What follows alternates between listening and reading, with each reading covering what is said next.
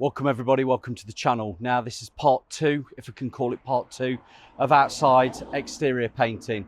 I hope you can hear me over the road noise because we are next to a bit of a main road, but we'll do what we can, can't we? Now, the last video that you saw was in that corner and I was talking about painting fascias and undereaves, and whether it be soffits and barge boards, whatever you want to call them. I was using the Albany Master Deck paint. Now that was mixed up for the undereaves in County Cream, and I had a straightforward black, both in satin finish. They're all completed now on the house, and now we're coming to talk about the main, well, let's call it the main event. We're going to be talking about the smooth render on the walls that needs painting. I'm going to talk to you about the paint that we're using today, so bear with me and I will talk you all the way through it. Right, let's see what we can do here.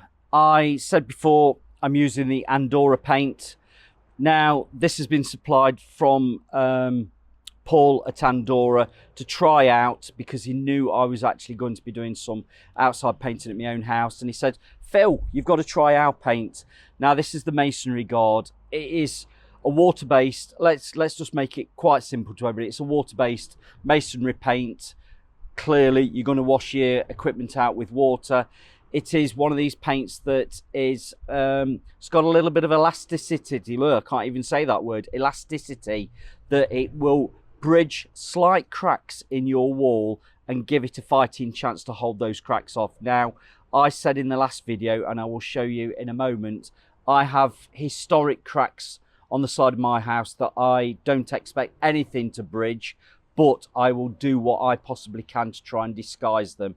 And that's where I will show you in a few minutes. But this paint, I've had it made up to the biscuit colour, which is, I will say, as near as possible, a bit of a match to the County Cream. It isn't exact, as I showed you on the last one, but I'm quite happy with it because it doesn't matter if one side of the house is one colour and the front of the house is a different colour altogether, because we are very, very similar. Now, properties of this, I said it's water-based. It's got a low dirt pickup. It is excellent resistance to weathering, which we want. It's also breathable, and it's, I'm just looking at the spec sheet now, it's truly inherent elastomeric coating. That means the flexibility, if I can pronounce that right. Elastomeric. Let's just get the spec sheet in front of you so you can see it. Can you see that? That word there, hopefully, I'm not sure. So it accommodates cracks. So if you've got those fine little cracks on your surface, you know, sometimes you see walls that have got very fine fracture cracks. This would be an ideal paint for that. Now, clearly, I'm going to say to you, think about your weather conditions. Don't do it if it's going to be raining. If it's cold, damp, if it's the wrong time of the year, you won't be painting your outside. But we are lovely weather now in the UK, and that's why I am actually getting on my outside now. We will have drying conditions. I would expect this to be dry quite quickly, and recoat time, let's just say I will probably be recoating after about 4 hours, so long as I've still got, I will probably say I'll be recoating after about 4 hours, so long as it's dry. If not, if in doubt, always coat up the next day. Before I use this, or before you would use this, if you were going over cement-based products that have not been painted before, I've spoke about this on the last video, and we're talking about it now. You do use their Masonry Primer, which is an oil-based paint. Now, I did this yesterday on the areas that needed it. Now, you would use this over, use it like a stabilising solution, particularly if you've got filler or areas that are very much a cement-based filler. If it's just ordinary walls that you think are sound, you can actually just go straight over with your Andura. And it is quite thin, so you don't really need to be thinning it either. But to do the bib and braces, as we say, belt and braces, I have gone over my filler that I used last week with this Masonry Primer. I did it last night, so I knew that it would be dry today. So any questions on this, please ask. But I'm just going to show you where I've just used that Masonry Primer. Right, I hope you can see me. I think you can. Now, above my left shoulder, you will see a bit of a white line. That is the primer that I have actually applied over, put this down, do this, over where I'd got a crack. Now rake the crack out. I'll just briefly tell you if you didn't see the last video. Raked the crack out, dusted it out, put some peel stop on it, because that is alkali resisting and it will bind any of the loose bits of grit, sand, whatever's there that after dusting out just needs to be bound together.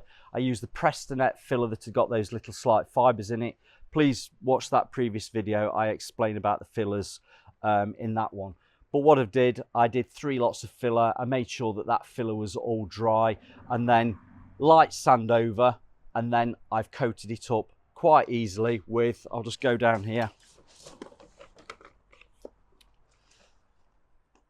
I just had a cheap brush to wipe out the tin, and I got a microfiber roller just to go.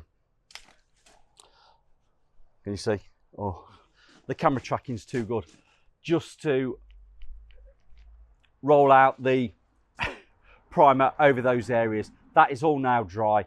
I would say that within about an hour that was touch dry. So if there's anybody about like kids wanting to touch what you've done, it wasn't a problem because it had dried. But I wouldn't want to chance painting a water-based paint over an oil-based paint like that was still a little bit soft. That's where you get dissimilar paints and you could get crazing and a bit of cracking because one surface is drying quicker than the other. But we're all dry on that. What I'm going to be doing now, I'm going to be getting some paint out. I've got to get some sheets on the front canopy just to protect the tiles, and I've got a little bit of bagging up and taping up of the windows just for protection. But once I've done that, I will come back to you and we will start trying some of the paint out. Now I know the question on everybody's lips, what tools do you use? So I've just tipped the paint out. I've got a roller, bucket, scuttle, whatever you want to call it. It's not a roller tray. I use a roller scuttle because it actually holds more paint and you don't want to be filling up all the time. So this is probably holds about, if you filled it all the way up to the top, it's probably, I don't know, probably 10 litres, I would probably say, to be on the safe side.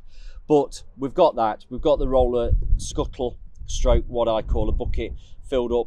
I've got a little paint kettle, i.e. the plastic one that you can get from brewers, or if you've got old paint plastic tubs that are similar sort of size, 2.5 litres, you can use those. So I've got some paint tipped out into that, and as I say to you before, always work from one side of the kettle. Brush, I've got a lovely Monarch. It's an oval, it's a 3-inch 75mm Monarch advanced brush. This will be very nice for cutting in. It's got a nice tip there that you can actually cut in neatly up to the window frames and also the under eaves. And the question everybody will ask me about roller sleeves, I'm not using 18-inch rollers or anything like that. I'm just using the standard roller frame with, if you're using masonry paint, it's either a long pile synthetic roller that's geared up for masonry paints, or you go for a sheepskin. Personal preference, I prefer a sheepskin because they hold more paint. It's a natural product. You can tell that it's a sheepskin because when you look at the edges just there, I don't really can see, it's clearly held on with the leather of the animal. So a real sheepskin is probably my preference over anything else, and it's just a single frame roller cage. Now, this is where I always say you can always get close into the corners of your room or up against windows if you are doing outsides. So that's what I've got. I've got a nice roller sleeve, sheepskin, or you can use a long pile one, particularly when you've got heavy render, heavy stucco. The longer pile, the better. If you're not spraying, it'd be a bit of a pain in the neck to do, but the longer pile, the better. I've got smooth render, as I've shown you there, and it will hold a lot more paint, so I can actually paint a larger area with one load up. But that's what I've got. I've got a lovely brush, and I've got the paint all out ready to go. So catch you in a few minutes. Hockey docky, as Manuel would say. Now, you saw the thumbnail. The biggest mistake amateurs make is, you just see here, is roller poles. They don't have a roller pole when they start doing the painting, which means that when they start reaching with a roller frame, i.e. that's your roller frame cage, they haven't got enough reach and they probably haven't got steps to actually get to the areas they need. So the biggest mistake is they don't have a roller pole, and I'm needing a roller pole on this. Now, I've just done a bit of bagging up around Protect the Windows. If you haven't already got one of these, a hand masker, make sure you get one. This is a, can you see that, 3M, worth its weight in gold. I've just dropped down some bagging on these sides, both sides, and I'm doing that to each window just to protect it, because when I cut in, I can actually cut in quite neatly against the frame across the top, and it's just to protect this cherry oak UPVC from any splatter. There's been a few splatters before when I've done it the outside about 8 years ago, because where it was bagged up, paint always seems to find the areas that don't get covered. So what I'm going to do now, if I can, I'm going to do it one-handed. I'm going to cut in around the top, just around there, show you me cutting in, and then I'm going to roll it, and then I'm going to carry on, do the whole lot, and then I'll show you what it's like at the end. But all being well, this is a straightforward roller job. Right, I'm hoping you can see me all right. I've got the sun coming down. Just a word of warning, when you've got water-based paints, keep them out the sun, because they do start skinning up when you leave them unattended. But I'm set up on a tripod. You'll hear me because I've got the mic on. I'm going to cut in this and I'm going to roll it. I will try and do a bit of speaking, and then we'll fast forward so you're not too bored.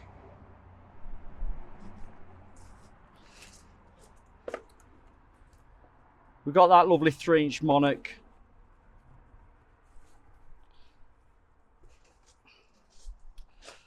We've got the lovely 3-inch monarch all bedded in, and away we go.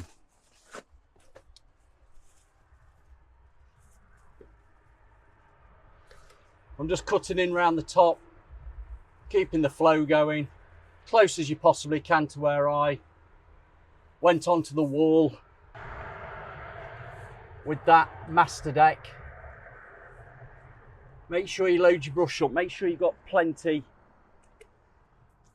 on the bristle. I'm coming down the side, getting the bristles into the corners of the window, down the rendering, one big flow, cutting in lovely. Job's a good one.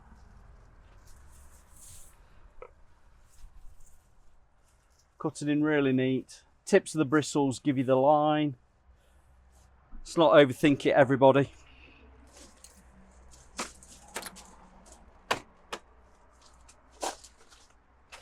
Make sure your ladder's secure.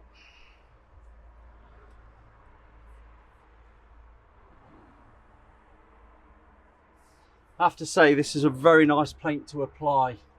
It feels quite thin, but it feels quite thick. Bit of an oxymoron when you're actually painting it. It's actually got a nice consistency. So right, I'm coming down the other side now, keeping as close as I possibly can to the UPVC without going onto it. Got a beautiful brush loaded up. It gives me enough paint to go all the way up and down. I'm happy with that. Move the ladder out the way.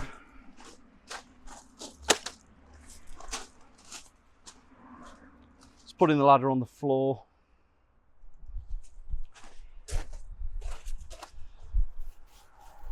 Again, cutting in really close.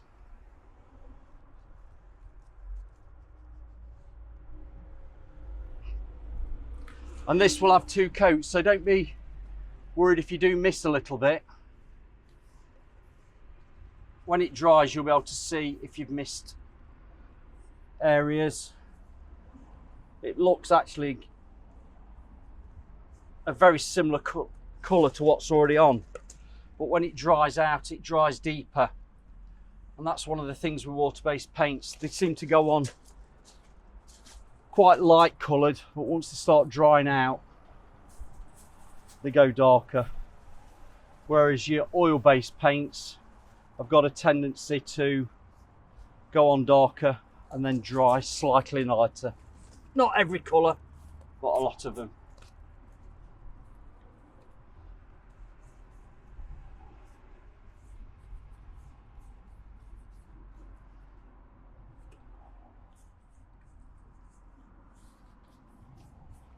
As easy as that.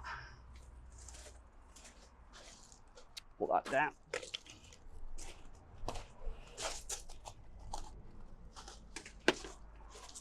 Now, when you've got a sheepskin roller, they seem to hold a lot of paint, and I know some people are going to say your microfibers are good rollers, but when you've got a lot of paint on, they seem to go very compact, and it doesn't seem like you've got much paint on when you want to roll out. So I'm going to load this up, put plenty of paint on it, start at the top and work your way down. Start in there. I'll start from the middle and work up. Now, if you've been watching TikTok and Instagram reels where you see people laying off when they're rolling, literally doing up and down, that's not a way you need to do it. Just get the paint on. The idea with a roller is you're keeping a wet edge going. Do a W V pattern so you don't miss any. That top area is done. Work down to the bottom. Doesn't matter if you go left or right, just get it on. It's keeping a wet edge going and it'll dry near perfect. On masonry, it's not going to show any banding because you've got a bit of a textured wall. But it doesn't matter if I go horizontal, up or down, left or right. Just make sure you roll it out so you're not leaving any fatty paint edges. And that's it. That will dry lovely. I'm going to crack on. I've got the top to do. I've got these other sides to do. They won't take me too long. I'd say probably about an hour and a half. What I'll do, I'll come back when I'm all coated up and we'll have a look at the paint and I'll give you my conclusion and thoughts on what actually this paint's like. But so far so good. I'm liking it. Right, we're nearly done. Got that section there just to first coat up. Got the top out of the way. See that? Nicely done. The sides, the middle. Now, I was saying earlier on at the part of the video at the beginning, this house was originally Dulux Weather Shield Trade County Cream, and it was done about 8 years ago. Look how it's faded, because that is the same tin of paint there. I hope you can see. That is the same tin of paint colour. Look at the difference. Look how it's bleached out. Now this is a sample of the biscuit from Andura, which is the WeatherGard W, W standing for water-based. And I've just started cutting round the edges. You see, just there. And I'm going to show you how easy it is. Oh, if I can, on a gravel. Right, loaded my brush up and I'm just going to that bottom edge underneath the sill. Hopefully you can see it. Bottom edge underneath the sill, all the way across. This brush holds plenty of paint. Bit of a cobweb there. Oh, don't worry about it. Coat it up. So that is now cut in, and I'm just going to roll, if I can, holding you.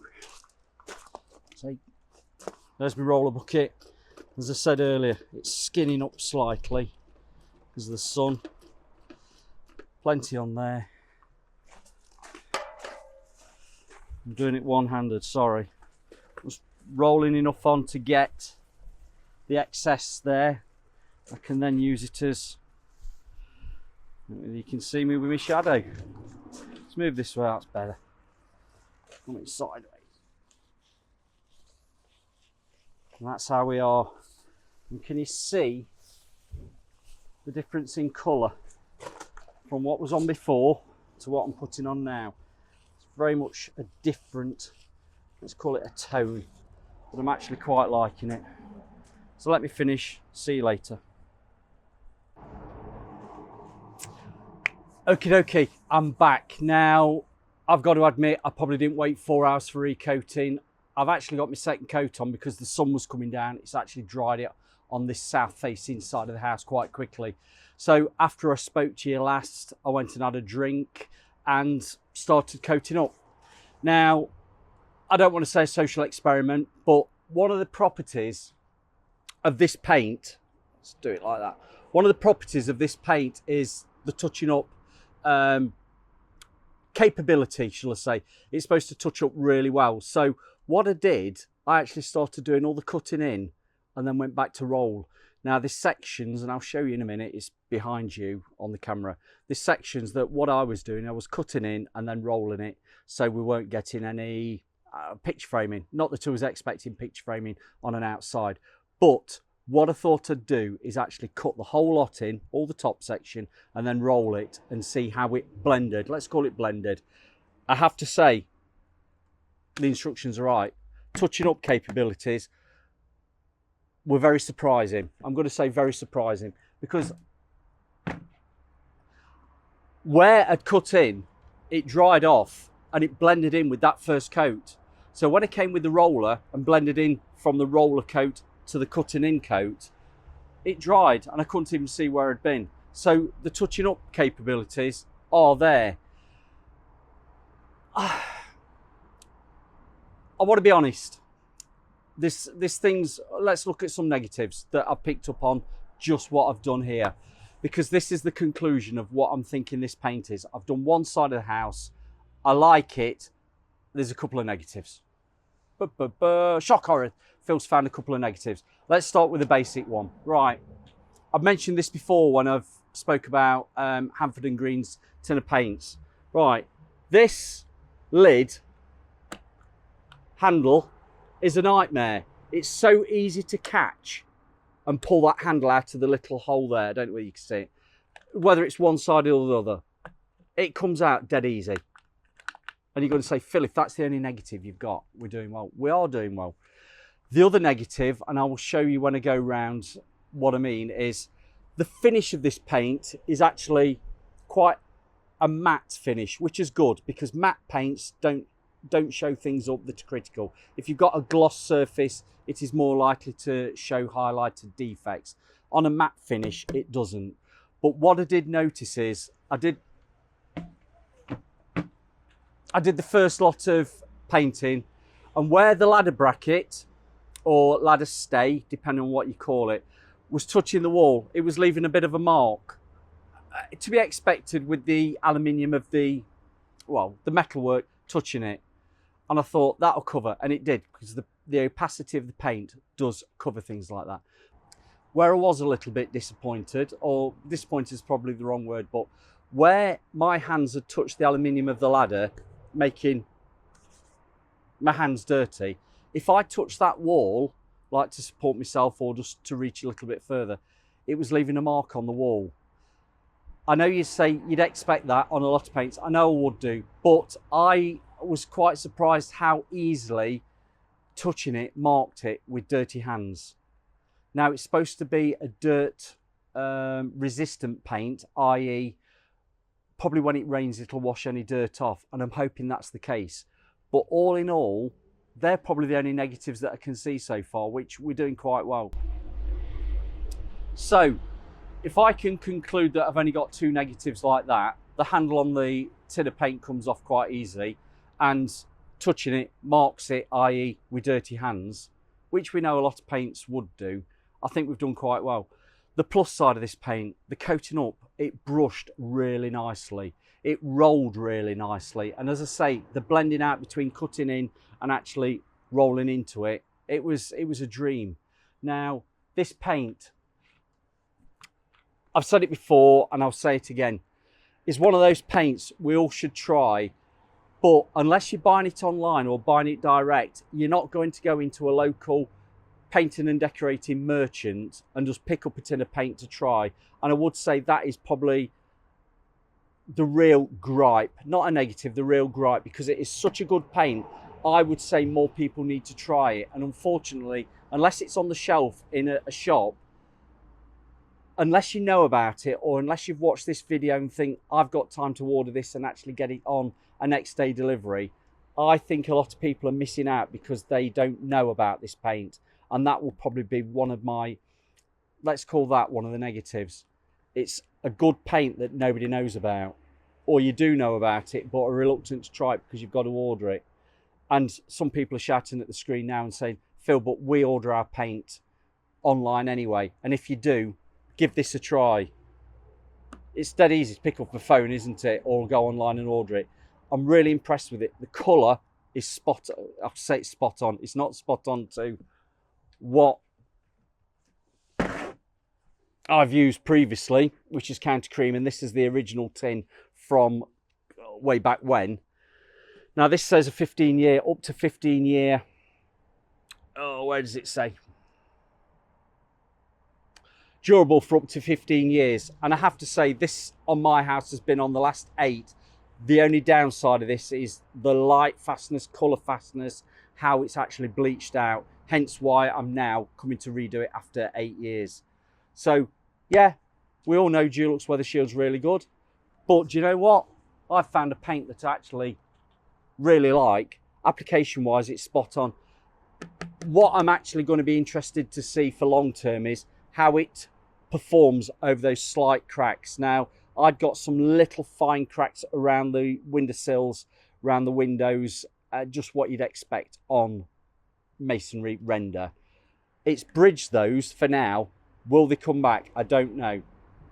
But what I'm going to be doing, I've got the other side of the house to do because I've got enough paint to do it, where I've got a proper crack that I've filled and I showed you at the beginning of the video. If it can hold off on that and just stop it cracking and showing up as a, looks like subsidence some days, it's not subsidence. If it can hold that off just for a short spell, I'll be really happy. So all in all, really pleased with the paint. Thank you very much, Paul, for sending it to me from Andura. I'm going to be cracking on later this week to do the other side of the house with the paint that I've got left. But for now, the front of the house is looking brilliant.